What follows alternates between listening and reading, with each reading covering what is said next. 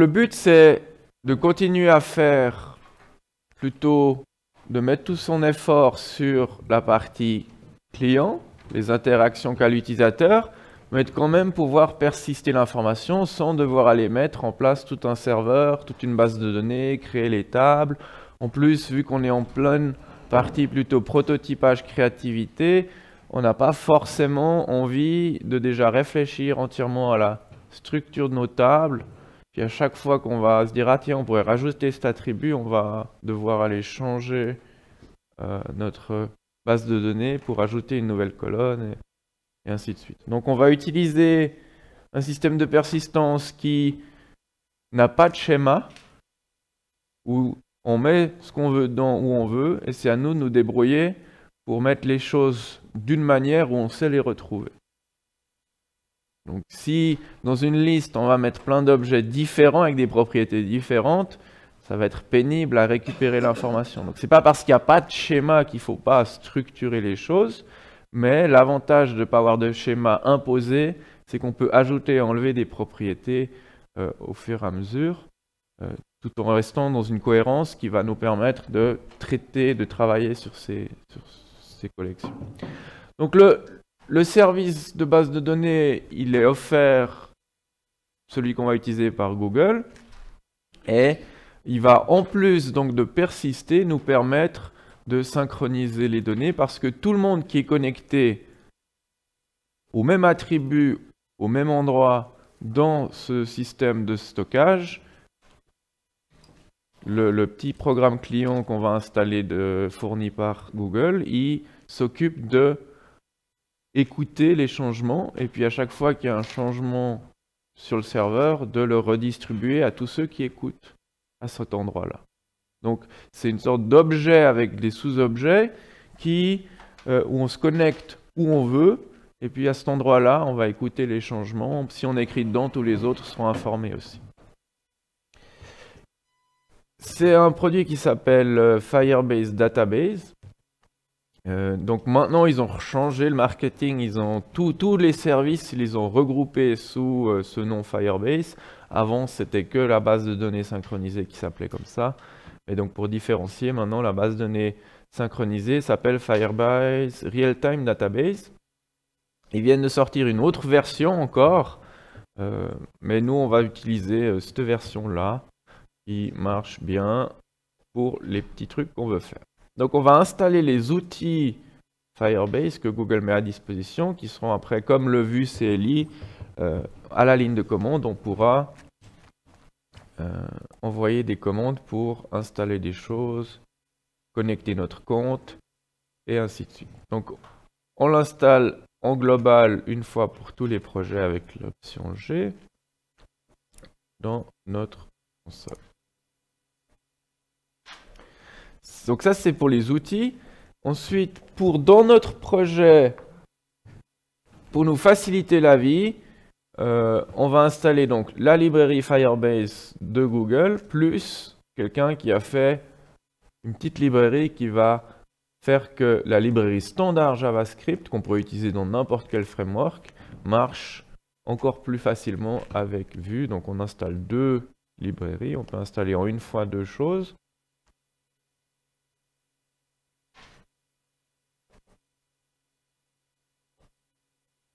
Ça n'a pas encore fini. Et éventuellement, si on veut, on peut aussi installer Firebase UI, parce qu'en fait, dans leur système Firebase, en plus d'offrir une base de données synchronisée, ils offrent aussi la possibilité de gérer les logins. Donc, les choses qui sont répétitives qu'on fait pour plein de projets, puis que ça, finalement à programmer, c'est toujours les mêmes fonctionnalités. Ça ne sert à rien de les réinventer, autant les utiliser en tant que service mis à disposition par des grands qui ont l'habitude de faire ça. Donc là, ils ont une option de, si on veut une fenêtre de login, on peut prendre directement ça chez eux. Ils ont déjà fait préparer les boutons et puis ça se connecte à leur serveur. On va configurer chez eux nos différentes connexions et puis on peut directement faire du login par Facebook, GitHub, Google, On verra après ce qu'ils ont, mais on peut aussi faire un système où ça crée des comptes par email et ils s'occupent de la validation, de connecter le compte email avec le compte Facebook si on veut que ça soit tout unifié et ainsi de suite. Et non seulement d'offrir ce service avec une API, ils ont aussi directement une version où on n'a pas besoin de créer la boîte de login, elle est faite pour. Mais pour l'instant, on va s'intéresser à la base de données.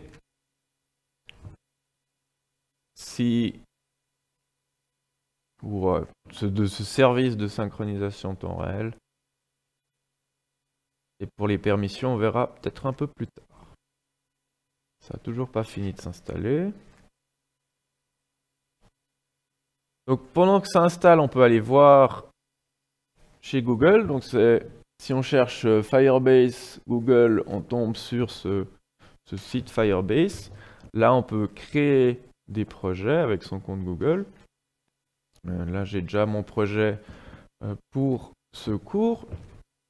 Et si j'ouvre un projet, je me retrouve avec, ils viennent de changer cette interface où en fait, ils ont des solutions pour plein de problèmes. Donc il y a la partie développement, ils offrent des services pour nous faciliter le développement, donc l'authentification qu'on vient de discuter.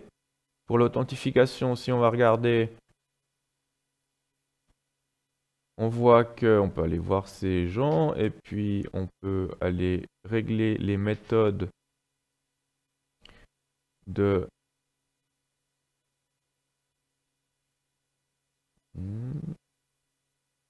login. Allez, voilà. Donc on peut voir, on peut activer login mot de passe, on peut activer Google, Facebook, Twitter, GitHub, ou même avoir un mode anonyme qui permet d'avoir quand même un utilisateur, même si la personne n'a pas mis de login mot de passe, pour après pouvoir accéder de manière anonyme à un certain nombre des services qui utilisent quand même une identification personnelle. Il y a un certain nombre de choses à régler, mais on n'a pas vraiment de code à écrire. Ils nous fournissent les exemples. On peut remplir les messages qui sont envoyés par email. Et bien sûr, il y a une partie gratuite, mais il y a aussi une partie payante. À partir d'un certain volume, on doit payer l'utilisation. On peut voir l'utilisation qu'on se trouve, mais on voit qu'on a un certain nombre de parties gratuites qui suffisent largement pour des petits projets. Donc, si on regarde, on a base de données. Donc, dans la base de données, il y a leurs deux types de bases de données. La base de données temps réel qu'on va utiliser, et puis un nouveau truc qu'ils ont sorti, Cloud Firestore, qui est l'évolution un peu de ça pour des projets qui ont besoin de beaucoup de gens connectés en même temps. Nous suffira la base de données temps réel. Il y a du stockage. Donc, si on a des plus gros fichiers, c'est mieux de les mettre dans un système de stockage de fichiers. Donc, ils ont ça également.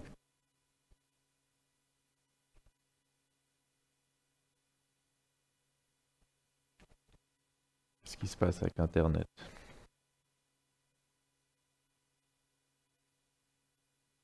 Et si on va regarder, ok, là on va retrouver, j'ai stocké mes images de l'application de shopping que je vous avais montré.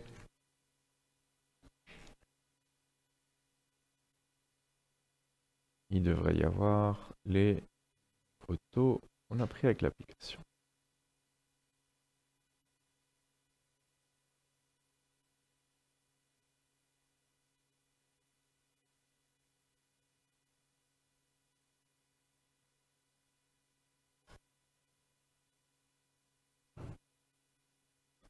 Et en fait, pour tous ces services, ils gèrent en fait, intégrés avec leur système d'authentification, on peut gérer les permissions.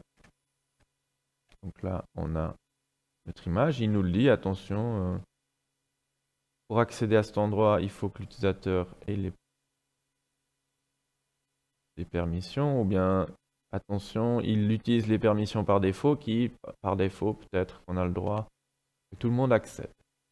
Donc on peut aller voir ça sous règles. Ce sera la même chose pour la partie base de données.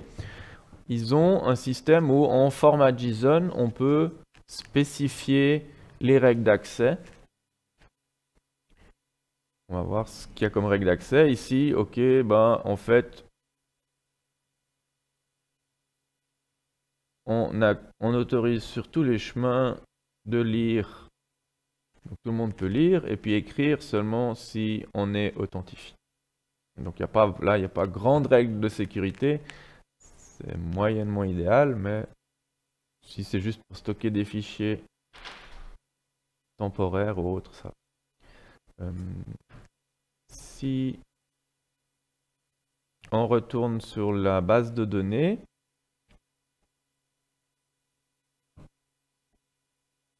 où on a donc l'information, c'est juste que si on a des gros fichiers, on ne peut pas les stocker dans la base de données temps réel.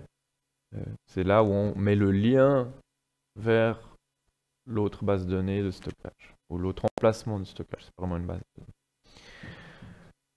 Donc là, on peut explorer les données. Donc il y a un objet racine, et puis après, c'est à nous de réfléchir comment structurer. Donc c'est un peu plus compliqué parce qu'on ne peut pas utiliser les règles faciles du modèle relationnel. C'est à nous de réfléchir, ok, comment je structure ça. Donc là, j'ai fait une clé avec des objets pour mon application shopping. J'ai des listes. Les listes, elles ont un identifiant. Et puis à l'intérieur d'une liste, j'ai les éléments qui étaient dans cette liste. De nouveau, ils ont un identifiant. Étant donné que c'est tout un objet en graphe, on peut éventuellement faire une liste, mais donc il va simplement mettre comme clé 0, 1, 2, 3 comme clé pour dire l'emplacement dans la liste. Et c'est justement ce genre de conversion que va faire la librairie entre Vue et puis Firebase. Et on a donc les propriétés de mon élément, l'image à afficher, le nom qu'on affiche en dessous, puis ce qu'on veut. Si on décide d'ajouter quelque chose, on peut ajouter quelque chose, ça existera dans cet objet-là, mais pas dans ceux qui existent déjà. C'est différent de la base de données relationnelle où si on ajoute une colonne, soit on fournit une valeur par défaut, soit ça va mettre à nul pour les entrées qui existent déjà. Ici, les entrées qui existent déjà, si on commence à rajouter de nouveaux attributs dans les nouvelles entrées, les entrées existantes, elles n'auront pas cet attribut-là.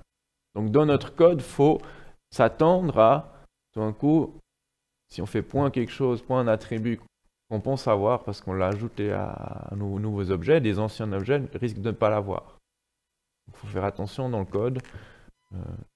Si on est flexible, dans le code, il y a le risque que quelque chose nous explose à la figure avec un bug à l'exécution. Donc c'est un peu la même approche qu'il y a entre le langage typé statique et la dynamique dans JavaScript. Il faut faire attention à ce qu'on fait. On n'a pas vraiment de la sécurité du système de base de données qui va nous garantir l'intégrité de nos différents schémas. Étant donné qu'il n'y a pas de schéma. Même chose avec les utilisateurs. Donc du moment qu'on veut ajouter les choses, on peut. Et puis là, sous l'onglet démo, j'ai un sous-attribut message avec une liste avec chaque fois des informations que je vais utiliser pour, par exemple, faire un chat qui va être la première démo. Et si on finit le tour de ce qu'il nous offre, on a du hosting. Donc comme GitHub, il propose de, si on met nos fichiers statiques dans un dossier, on peut uploader ce dossier et puis après, il permet de le servir. Donc c'est vraiment pour les fichiers statiques comme GitHub. Donc si on veut, on peut aussi déployer notre projet sur Firebase à la place de GitHub. Ce qui est assez intéressant, mais c'est pas sûr qu'on aura le temps de le faire, c'est cette nouvelle notion qu'on appelle du serverless en quelque sorte. Le terme est mal choisi parce qu'il y a quand même un serveur, celui de Google, ou bien celui d'Amazon, ou celui de tous ceux qui offrent donc ces nouveaux fonctionnalités de service serverless, qui sont plutôt on appelle ça aussi des cloud functions, ou bien chez Amazon, ça s'appelle des Lambda Functions. Et l'idée, c'est à la place d'aller louer une machine virtuelle, puis d'installer tout là-bas dessus. On n'a pas de serveur chez nous, mais on a un serveur chez eux. À la place d'utiliser un système où eux, ils font une partie, ils nous offrent un framework, et si on implémente notre code avec leur framework et on met chez eux, ben après c'est du application ou bien platform as a service. Mais là, on va encore plus petit, à la place d'avoir un système avec qu'on doit coder chez nous et après mettre chez eux. C'est l'idée de, on décompose tellement petit que chaque action, c'est juste une fonction qu'on peut écrire dans différents langages. Chez Google, maintenant, c'est du JavaScript. Et on peut donc après, il nous donne une adresse. Si on va sur cette adresse, ça appelle notre fonction. Et puis, ce qu'elle retourne va être retourné par le serveur web. Ou bien, ils ont donc différentes choses. Là, ça, c'est une fonction donc, qui, si on va sur cette adresse-là, elle va appeler la fonction JavaScript derrière.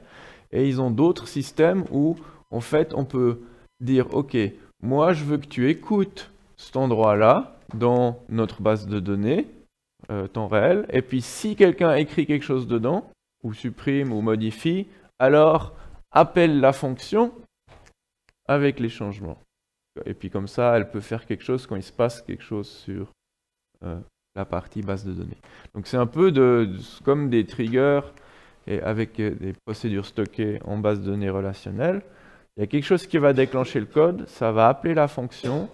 Et donc c'est eux qui s'occupent de faire appeler les fonctions, d'appeler le code, de faire tourner ça sur quelconque machine qu'ils ont. Nous, on ne sait pas du tout où ça s'exécute, on sait juste que quand c'est appelé, ça s'exécute, et on paye seulement à l'exécution. Donc si personne n'utilise le service, on ne paye rien du tout. Et puis, au moment où la fonction travaille, on paye un tout petit peu, mais elle va travailler de manière très courte. Parce qu'elle va être appelée, elle va faire sa chose, et puis après, c'est fini. Donc on peut complètement démanteler notre application, et en fait, on n'a que des bouts de fonctions qui vont tourner dans le cloud magique à quelque part dans des gros data centers. Donc il y a des serveurs, mais nous on n'a plus du tout le contrôle où ça s'exécute, mais on n'a pas besoin tant que ça fonctionne. Donc ça c'est pour la partie développement. Après ils ont plein d'éléments pour tout ce qui est test, crash. C'est pas tout pour le web, c'est aussi beaucoup pour Android. Donc on peut inclure leur SDK et puis après dès que l'application crash, ça envoie les logs ici et puis on peut aller voir. On peut aussi avoir de l'analytics, donc faire des dashboards, voir qui se connecte où, comment regrouper, plein de choses pour l'utilisation, pour voir quelles fonctions sont utilisées ou pas.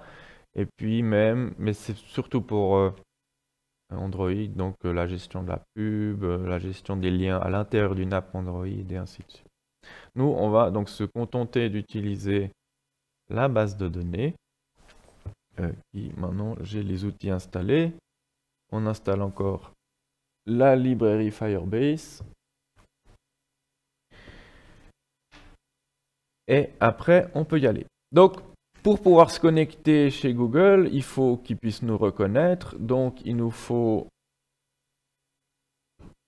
une clé d'API. Celle-là, on la récupère sous l'onglet Authentification. Si on va sur Web Setup, on aura le bout de script à mettre pour que ça fonctionne. Là, ils nous montrent qu'ils vont chercher la librairie chez eux, mais nous, on vient de l'installer en tant que dépendance chez nous. Comme ça, on n'a pas besoin d'aller récupérer quelque chose autre part.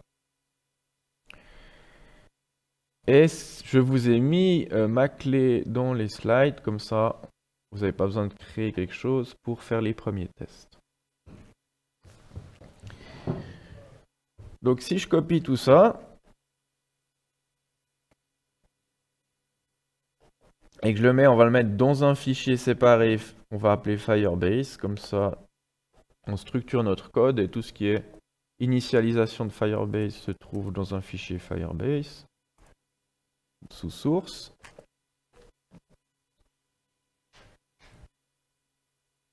et on va voir ce qui se passe. Donc, notre fichier Firebase, on importe la librairie vue, on importe la librairie Firebase, on importe la librairie qui fait le lien entre Vue et Firebase pour que ça soit plus simple pour nous. Donc, ce plugin pour Vue, les plugins dans Vue s'utilisent comme ça. Sur l'instance principale, sur l'objet Vue qu'on a importé, on peut faire use et puis lui passer le plugin qu'on veut utiliser. Et finalement, après, il nous faut donc notre login Google. On voit donc il y a la clé d'utilisation pour qu'il sache qui utilise. On a l'URL qu'on aura créé pour notre projet. Il y a l'URL pour la base de données. Il y a l'identifiant du projet. Il y a l'endroit pour le stockage de fichiers si tout d'un coup on utilise. Et puis le messaging sender ID, ça c'est si on veut faire du push notification. Il nous propose aussi, c'est notre identifiant. Donc ça, c'est notre initialisation. Après, il faut encore initialiser Firebase. Et ça va nous retourner l'objet Firebase sur lequel je vais pouvoir appeler des méthodes. À la place donc de mettre ça dans n'importe quel fichier, partout où j'aurai besoin de Firebase, je peux importer ce fichier. Et c'est pour ça que j'exporte ici le résultat de cette initialisation. Donc maintenant, je peux aller dans n'importe quelle page où j'ai besoin de Firebase et importer Firebase. Donc Firebase from là où j'ai mis mon fichier à la racine Firebase.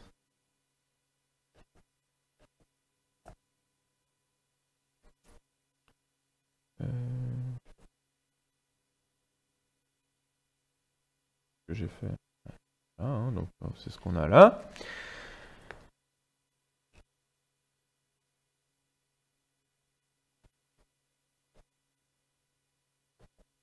Et donc maintenant dans mon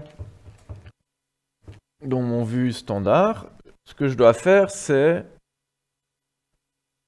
initialiser, connecter, aller récupérer quelque chose de Firebase, ou bien en tout cas faire une référence à un endroit dans cet objet où je veux pouvoir écrire. Donc parce qu'on a utilisé le plugin VueFire, il y a en fait par convention une nouvelle méthode Firebase qui va être appelée quand notre page, notre composant est initialisé. Et dans cette initialisation, si on peut aller lire la documentation du plugin, ce qu'il faut faire, c'est en fait, c'est comme le data. Le data, on doit retourner un objet qui représente notre objet sur lequel on va synchroniser les données. Et pour Firebase, c'est quasiment la même chose. On doit retourner un objet, mais qui nous dit où aller chercher l'information. Donc là, on peut par exemple dire que moi, je veux que ce qu'il y aura sur message, la source, c'est dans /demo/message.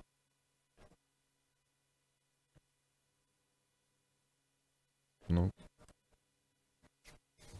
et puis, dans data, je vais pouvoir faire nouveau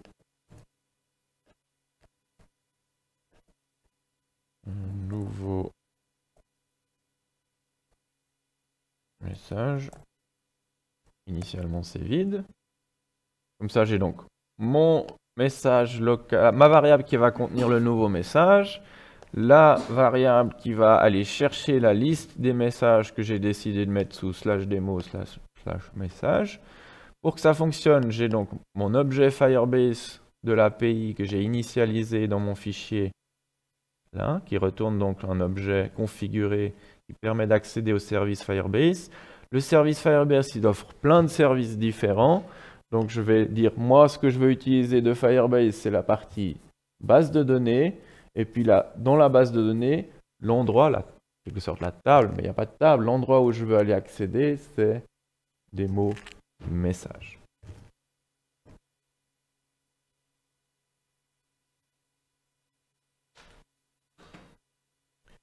Donc maintenant, je peux aller dans ma partie vue et puis dire ok, je veux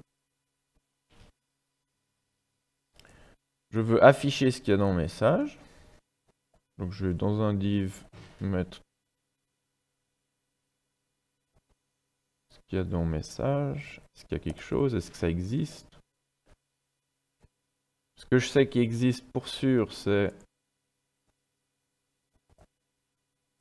mon nouveau message. Donc ça, je vais créer mon...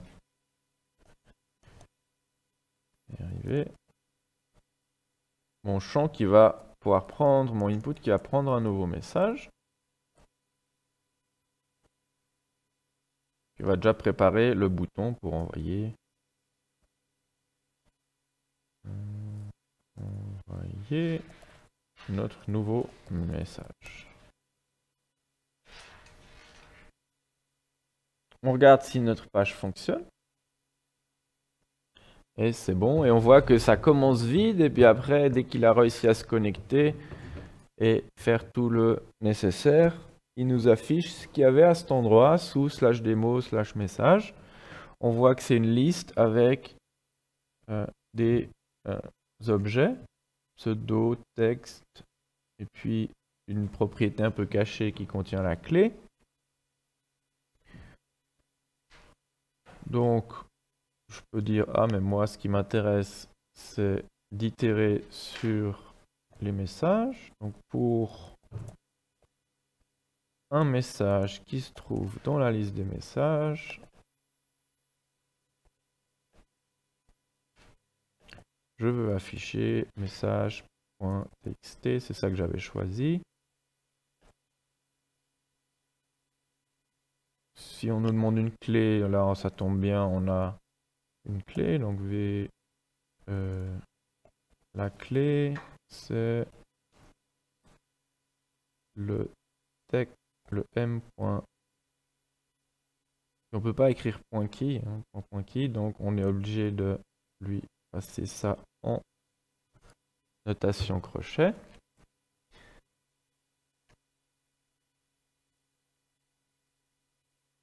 Et on a vu qu'il y avait le pseudo devant, quand il y avait le pseudo qui était disponible. Donc je peux par exemple mettre ça dans un span et ajouter le pseudo. Pourquoi le mettre dans un span? Parce que comme ça, je peux faire du CSS. Je peux dire ça c'est un message. Et comme ça, par exemple, je peux dire pour message, à l'intérieur du message, un span directement, je le mets en gras.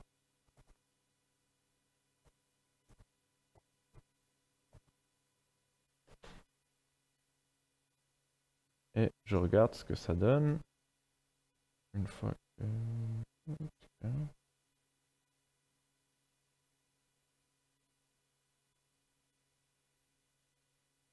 Voilà. Ça juste que chez moi c'est un peu long.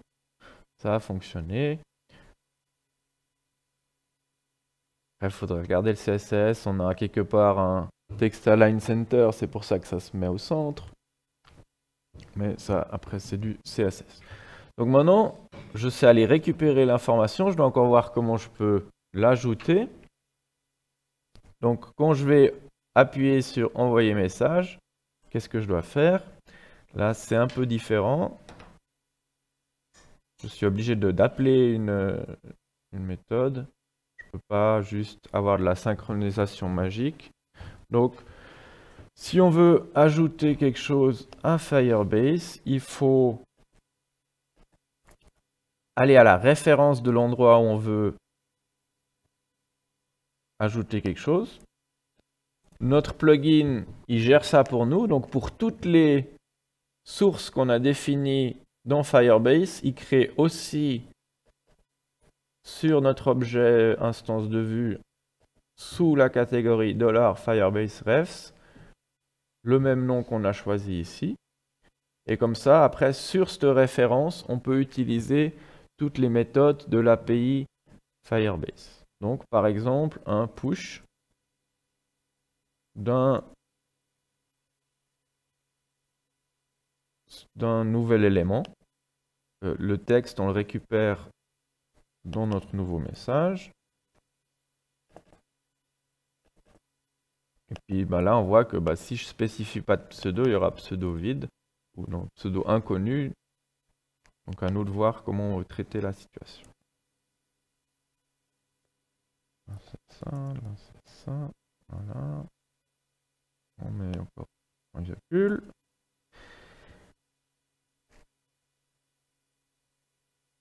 Et on teste si ça fonctionne. Directement, si j'édite là.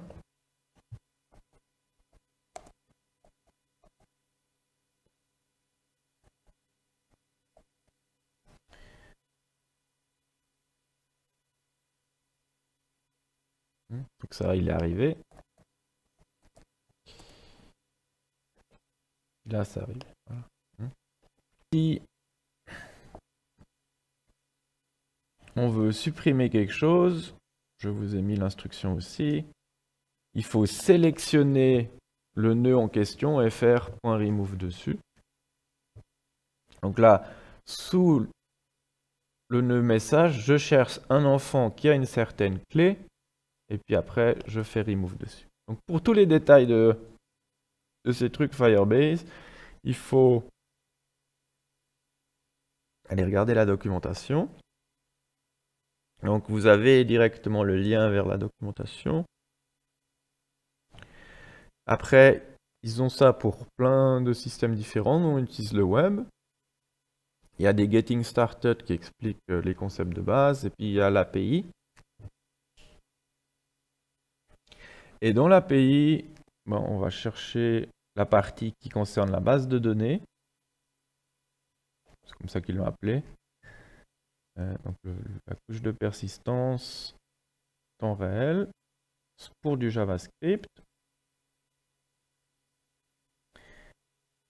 Et là, on cherche donc l'objet référence. Et l'objet référence, ce qu'on peut faire dessus, c'est donc, il doit y avoir récupérer un enfant.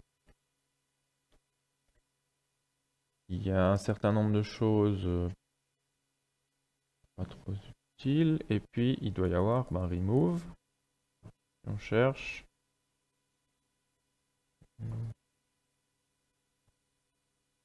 Voilà.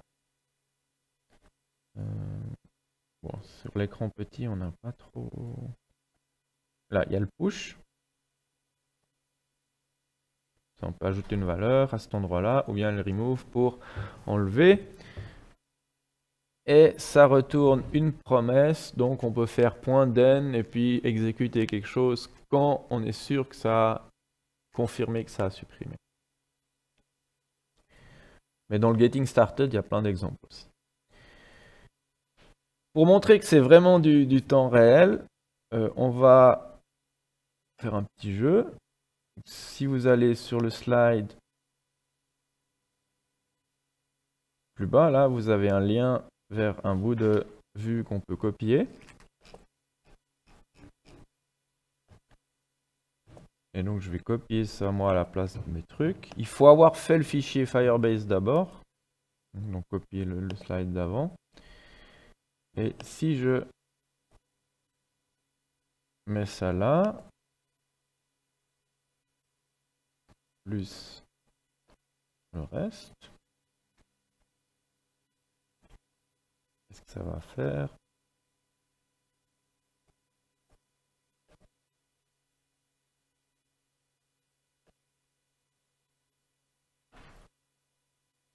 Il y en a déjà qui cliquent.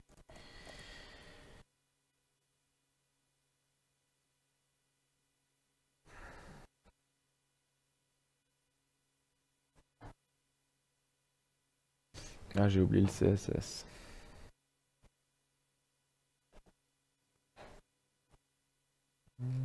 CSS.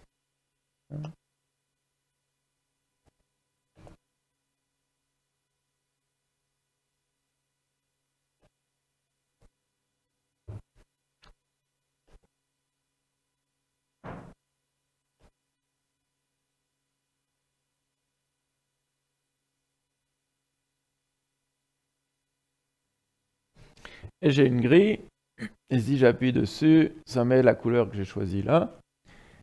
Et si quelqu'un d'autre est connecté sur le site et puis appuie aussi, alors on verra les changements. Donc je peux jouer tout seul, mais c'est moins drôle que si on joue tous ensemble.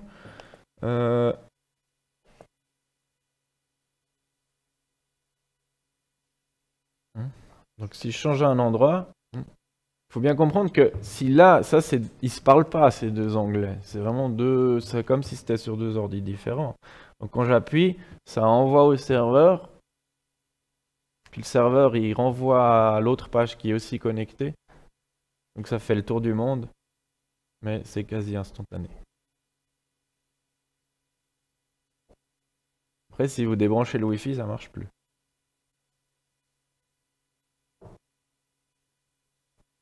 Si on agrandit l'aire de jeu, hop.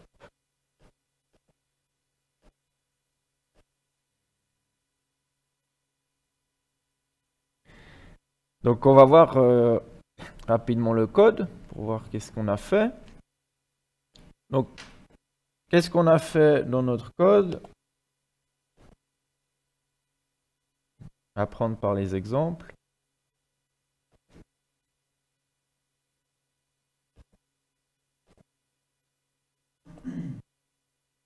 On fait un input pour la couleur.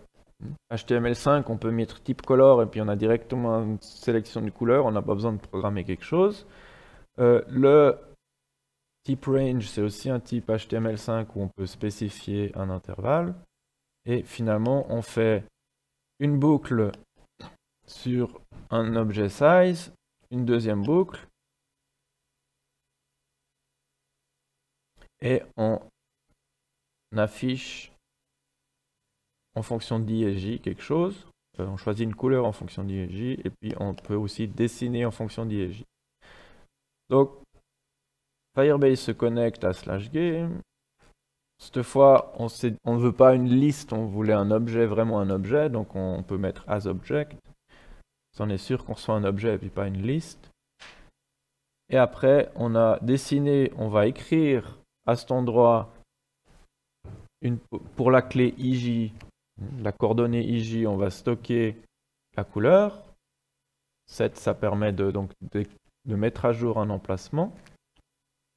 Et puis pour une coordonnée IJ, à l'intérieur de mon objet game, je peux aller retrouver une valeur. Si la valeur n'existe pas, on retourne la valeur par défaut. Et clear, on peut tout supprimer le jeu entièrement.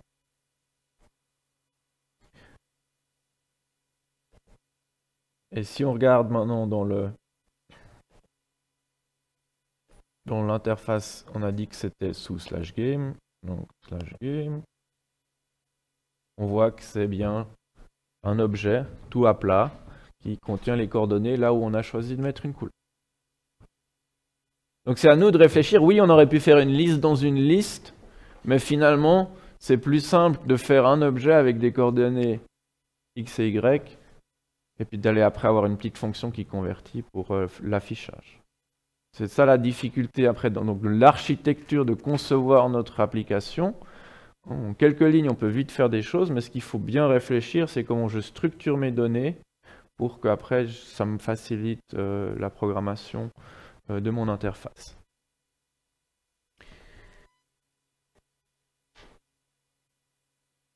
Donc les règles de sécurité là, nous on n'a pas besoin pour nos prototypes, on va laisser ouvert. On peut définir donc un certain nombre de règles. Soit on met, comme j'ai fait pour la partie démo, ou bien la partie jeu, tout le monde peut écrire, tout le monde peut lire. Mais donc tout le monde peut aller faire un clear et tout effacer. Ou bien sinon on peut avoir des règles plus compliquées, avec des variables, ou dire ok, il faut que j'ai un utilisateur authentifié, je vais avoir l'ID de l'utilisateur, Et puis après, on peut dire, OK, soit il doit juste être authentifié, ou bien il doit être authentifié et puis l'ID doit correspondre à un certain emplacement. Donc là, par exemple, j'ai une clé users, et puis sous users, dans la clé qui correspond à l'identifiant de l'utilisateur, il n'y a que l'utilisateur qui a le même identifiant qui pourra écrire dedans, et même qui pourra lire dedans. Donc, si on va regarder les données, sous utilisateur, il y a d'autres clés, et il y a seulement l'utilisateur qui a l'ID GitHub tel quel qui pourra aller modifier tout ce qui se trouve là en dessous. Comme ça qu'on peut gérer les permissions dans ce modèle-là, mais ce n'est pas une nécessité pour ce que je vous demande. On peut mettre en accès complet et puis